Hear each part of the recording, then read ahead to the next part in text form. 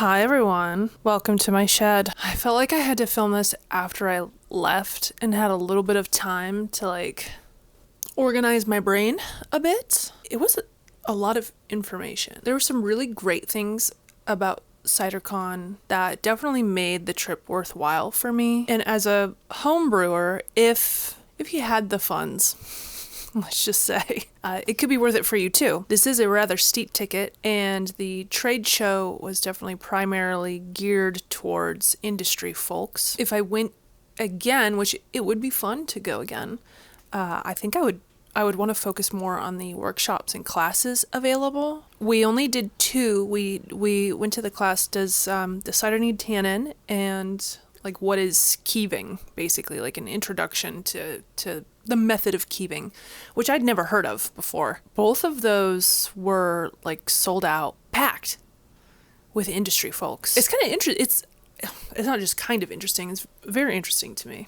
I was talking to BC and he was like, it's pretty clear that a lot of people in the cider industry just use juices. So many people are in there for the cider need tannin, and once you taste those ciders, because they for both of the classes you have 4 examples to try. You taste them and you're like, well, duh. And even coming from the mead making and winemaking standpoint, it's yeah, of course you need tannin. You have a very sweet product and very acidic product, and tannin helps round it out and helps ground it. But when you think about it, there's a lot of sweet cider on the market. So we just did the Does Cider Need Tannin workshop class thing. I learned that cider does need tannin. It needs it. This was fun though. They had us taste through 4 different levels of tannin in cider. It was an experience. Yeah. This Perry thing? So the last one had twice, almost 3 times as much tannin as the one before it. Yeah. And it was like having pear pulp in your mouth that you couldn't get out. No. The flavor of it, I think is really good because it's just it's pear. Yeah. But the holy shit, the tannin is a lot. Yeah, it has you moving your tongue around inside your lips trying to get it out. Yeah. But it's it's fun, right? It's not a negative experience. It's just you're not used to, I think, generally drinking a drink that feels textural. No, what were our biggest takeaways? There were certain details that were that were pretty good, actually. I think the most interesting part for me was the discussion of hard versus soft tannins and what that looks like on the molecular scale. Yeah. They are different compounds, and they're available to buy. You can get FT soft, long, and different kinds of tannins like that. And so now it's got me thinking more from that perspective. Mm-hmm. What about you? Same. What about tannin and mead? Tannin, yeah. Do you think this applies? I think it applies. I think so. Yeah? Because, I feel like cider and mead crisscross, right? It's Cyser is such a big style. Yeah. And this definitely applies to that because it's I think the interesting thing about this panel, and I'm glad they did it this way, is they only focused on tannin from fruit matter. Yeah. And specifically from apples or pears, not other kinds of fruit, not sources of grape tannin or oak. Yeah. And so I do think there's some stuff that's transferable to mead, but I think you've got to get in there and think about what type of tannin, long chain, short chain, hard, soft, is going to work for what you're trying to get out of your mead. It's true. I agree. Is this your first time tasting through stuff like this? Where you're tasting for a single note in something? Yeah, I think so. This is definitely a new experience. It's really fun. I came in here thinking I knew everything about tannin, but we signed up for this anyway, and I feel like I have more questions than answers now. Yeah. Too thought-provoking. I agree with you that the Bauman's Cider Endless Harvest is probably the best this overall experience out of all of them. I like this They one. are out of Gervais, Oregon. It's Cheers. good. Cheers. That was a nice so resonant. Keeving is super interesting. I want to look into it more. That class was so scientific. So keeving, which I didn't really get into that when I was talking to Jake. And he'll have a couple videos coming out talking with Jake and I about our impressions and things we learned. So I'll definitely link those in the description box below because you should definitely watch them. So keeving is like a very old school method, ancestral method of keeping some residual sugar in your cider. Typically you ferment out to a dry cider, and so most people just ferment out their cider, let it ferment, let it go dry, and leave it there. Or they must back sweeten as well, because most cider on the market, like Angry Orchard and Bold Rock and all of those, are pretty sweet. They're definitely not following like keeving methods. Okay, so keeving is, in my brain, I translated it to almost like lagering a cider. So it can take about 15 months. There was a French cider maker. That's I think that's where keeving comes from, is France. It's like a very specific region in France. He said it takes about 15 months to keeve a cider. So basically your ferment is super slow. You take your time and you make sure that your yeast has enough yan, or like nitrogen, that they can consume. Like they need enough nutrient. You are going to end up racking like 4 or 5 times over the course of 15 months. And what that does is it just slowly removes the yeast. So the yeast are eating, the sugar and the nitrogen, right? The nutrient. And there can only be so much nutrient in there. And I think this is part of why the fermentation has to be really slow, because you don't want the yeast to eat all the sugar present. Through measurement, and a lot of cideries have to send like samples to labs to have tested for how much yan, because when it's under 10% yan, the nitrogen is the most important aspect in this. So if there is under 10 parts per million, that leaves just enough for bottle conditioning, so you don't end up with exploding bottles. Of course, that is a risk, because there's still residual sugar and residual nitrogen. It's very complex, is what I'm trying to tell you. And I'm wondering if it can be done on the homebrew scale, if it's ancestral. I mean, hundreds of years ago, they couldn't measure yan. How did they do it back then? Okay, so we just had this like workshop thing on keeving, which I'd never heard of that before.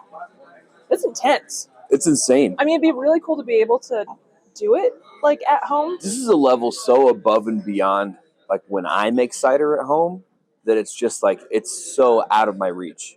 Yeah. Because like I buy apple juice and I just pitch a dummy yeast into it, and I'm like, all right, I'm making cider. This is like a fancy cider lager. This is Jake, by the way. I didn't introduce you. It's all right. fine. We've been drinking keeved cider. We have been. It was pretty good. I really like the French one. Was Yeah, that was really, I mean, very good. they were all exploding with flavor. They really were. It's very unique. I'm glad that we came to this workshop because I knew nothing about this. Yeah. I had like a general idea that it was a complicated process that kind of involved macerating the apples and separating all the junk from the juice and a series of racking to get to a specific end product. I didn't know it was that intense. Yeah. Very intense.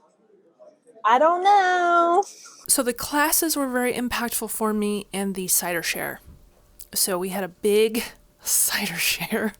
It was insane. Like, there were so many cideries, and I don't even know like what percentage we tried. I'm just gonna have B-roll running over this whole thing, because so you see some of the footage. We tried so many cideries, and so many of these ciders were so incredible. I mean, that was very, very impactful. And in the end, for me, it's not only how we can make cider better as home brewers, but also Cyser, right? So as mead makers, we do work with apples sometimes, Cysers, and instead of adding tannin, instead of adding acid, like in the powder forms, the emphasis more in the apple choice. I didn't realize that there were so many kind of apple categories. There are like tannic apples or bittersweet apples, and there's like sweet dessert. They call them like dessert apples, which is mostly what you find. That's like what you're primarily going to find in like the grocery stores. And unfortunately for a lot of folks, you gotta live in apple country to get a hold of these juices. I'm pretty lucky because we have a lot of orchards out here, and there are some pretty fabulous cideries. Now I'm like, I want to go to them all and like really taste through them and see if they were along the same lines as what I tried at Cidercon. So yeah, unless you have access, it's kind of hard. It's going to be expensive. It'll take some effort. Like, you're going to have to contact cideries, orchards to see if you can get a hold of not just the juice, but the pulp, like the actual apples. And that's the other thing here. Part of the tannin thing, and something that was very interesting, huge takeaway. And we had talked about this, you know, BC Jake and I, like, does this cross over into all fruit? Or is this apple specific? And what I'm talking about here is pulling the tannin from the skins and the fruit. So what they do is they make like a mash, they grind them up, these apples, and they do like a cold maceration. You put, you know, the pectic enzyme on there, you're breaking it down. And according to these cider makers, the longer you leave the pulp in the juice, the less tannin you will pull. So if you make it brief contact for like a day, you're going to pull way more tannin. And you could taste that. Like there's proof in the taste. I would be very interested in doing a test. If I can get a hold of these apples, I need a way to grind them up. I like don't have equipment for this. To do like a tannin pull test and see what happens. Because the briefer the contact, the more tannin. The longer the contact, the less tannin. And it has something to do with molecule binding. The longer that the fruit sits, the more time you give for those tannins to re-bind back to the solid apple pieces. So when you remove the pulp from the juice, you're removing all the tannin with it, if that makes sense. I just sat down to film this. I made no plan. These industry people have been doing this for like 10 plus years. They're always learning. They're always trying new methods. Science is always advancing. Methods are always advancing. It was very cool. It was a very cool experience. I had a great time with the guys. We were there for not even we were basically there for 3 full days, almost. There wasn't a whole lot going on at the trade show for homebrewers. I mean, it was fun talking to like the yeast producers. We did get some yeast packets from Fermentalis. I'll put them on the screen. Fermentalis.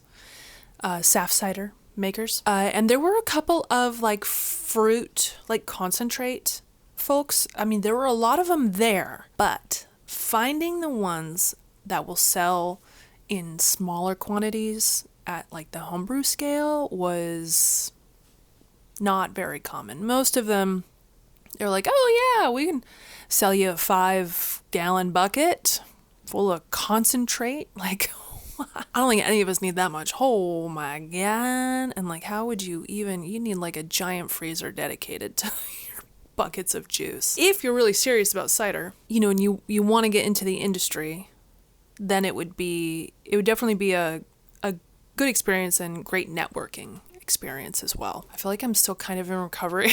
Anyways, thank you so much for watching this video. I appreciate you all so much, and I will see you next time. Okay, bye.